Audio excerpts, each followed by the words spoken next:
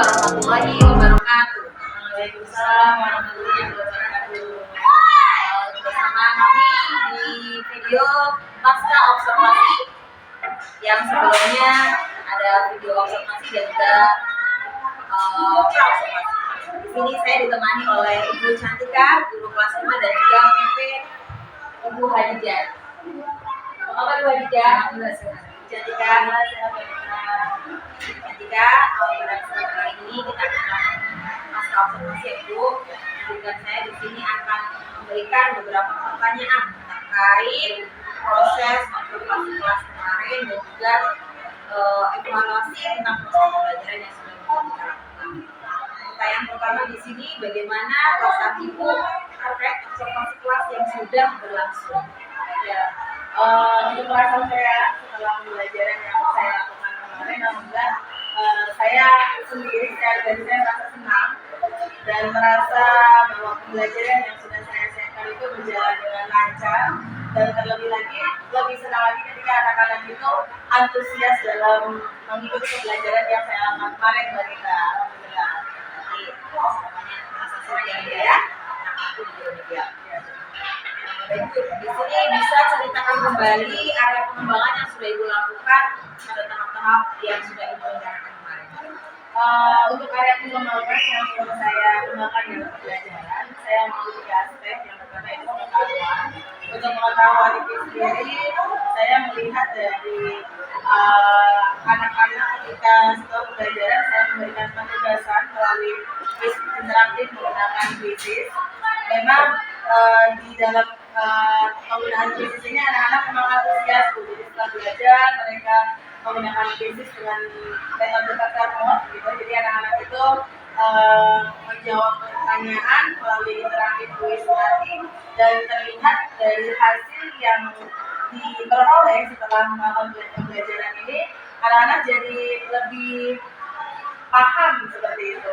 Jadi ya, dari hasil perolehan itu alhamdulillah sekitar 80-90% anak-anak memahami materi yang saya sampaikan. Itu dari aspek pengetahuan sendiri. Kemudian untuk aspek keterampilan lainnya, saya mengamati keterampilan ini muncul dari hasil kerja kelompok yang dilakukan para peserta didik terkait LKPD yang saya berikan. Kemudian macam-macam mereka dari kelompok tersebut ada yang mengerjakan kegiatan 1, kegiatan 2, kegiatan 3, terkait dengan pelayanan negara.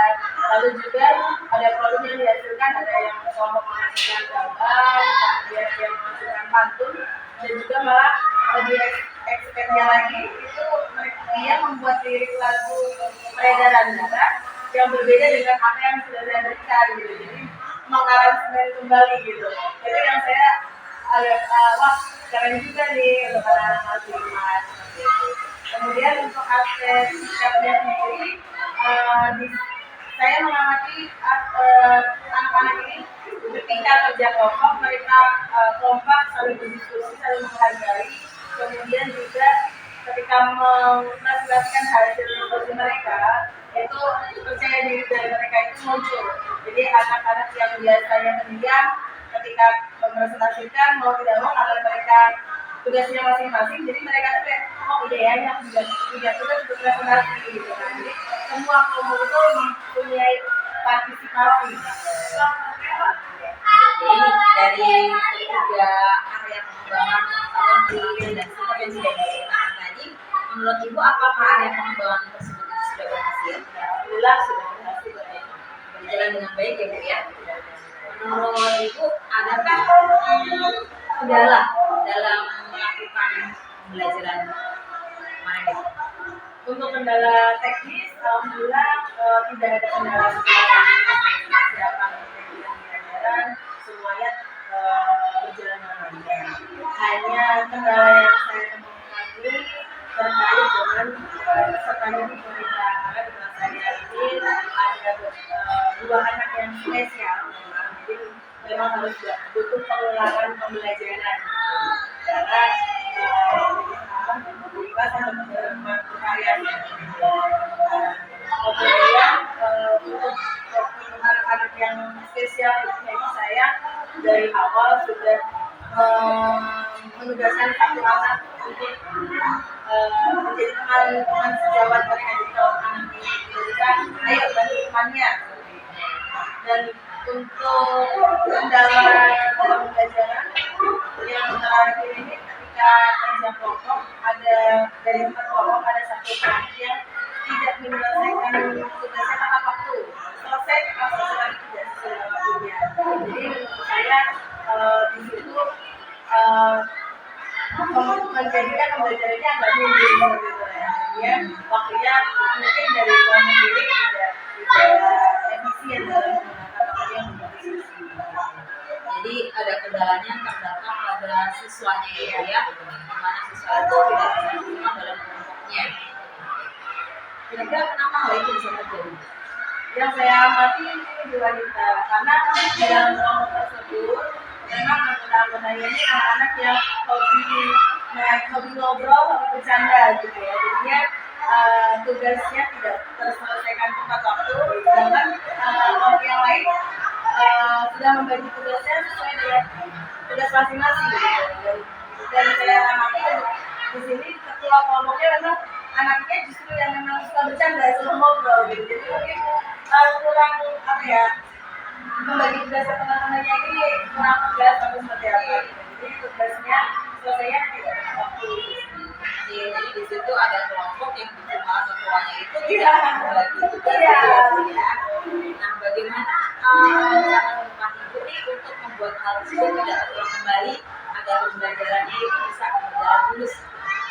Ya mungkin dari di awal pembelajaran saya akan lebih menekankan ya, ketika terjadi tugas apa yang perlu dilakukan oleh seorang pimpinan kelompok itu gitu kan, dan dia memastikan masing-masing kelompok itu mengerjakan tugas yang sudah dibagi.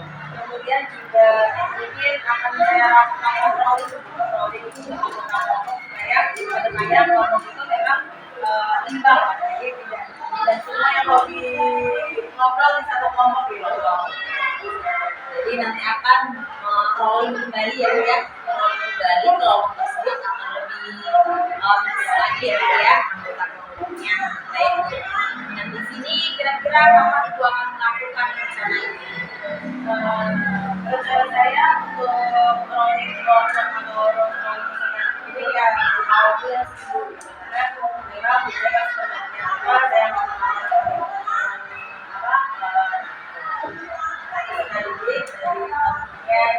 ya supaya next kedepannya kalau ada berarti dapat pengambilan Berarti bulan depan yang di tema yang baru ya akan melakukan baik. Jadi saya akan bertanya kembali nanti ya bagaimana proses perubahan kembali dan semoga nanti rencana Ibu akan berjalan. Terima kasih. wanita Di sini kita akan beberapa waktu kita kembali kepada Ibu yang kemudian terima kasih buat saya juga ya atas waktunya dan di sini saya memberikan beberapa yang pertama terima kasih sudah bersama podcast selama 1 jam kelasnya itu ya kelasnya di tema 4 untuk sehat. Saya menggunakan videonya secara tuntas. Kami lihat itu tadi yang mau kita sampaikan yang terkait dari ini bahwa alat pembelajaran itu sudah baik. Jadi tujuan pembelajaran yang disampaikan kemudian kegiatan inti yang dilakukan oleh model pembelajaran dan yang disampaikan semua berdasarkan. Dan menurut saya paling utama itu berdasarkan evaluasi. Saya tentu ini evaluasi bentuknya apa? Ternyata adalah pemberian soal melalui krisis. Saya berpikir krisis membutuhkan tingkat SMK dan SMP itu yang membutuhkan handphone.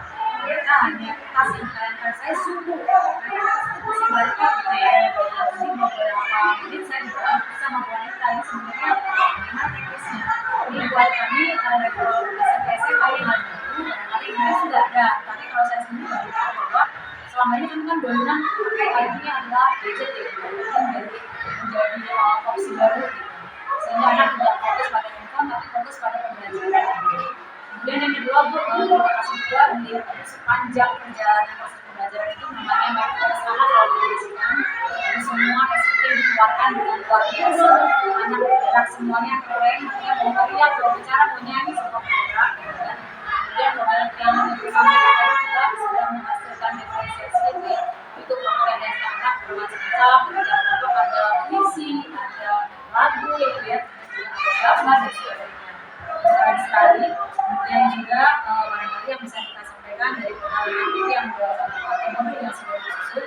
Mungkin di sini masukannya adalah memang untuk yang dibuat ini yang spesial itu dibuatkan satu bulan khusus untuk anak tersebut dan juga mungkin juga merupakan penyakit itu ya, karena orang-orang yang dia seperti apa mungkin pengetahuan lebih misalnya dia lebih cepat lebih kecepatannya atau ini mungkin itu yang bisa saya sampaikan. Mungkin terima kasih banyak untuk kedepannya juga udah keren dan nanti kita langsung dengan Bu Cantika men-share ke teman-teman yang lain di luar negeri sehingga ini SDM Strata 11 semuanya bisa berkurang.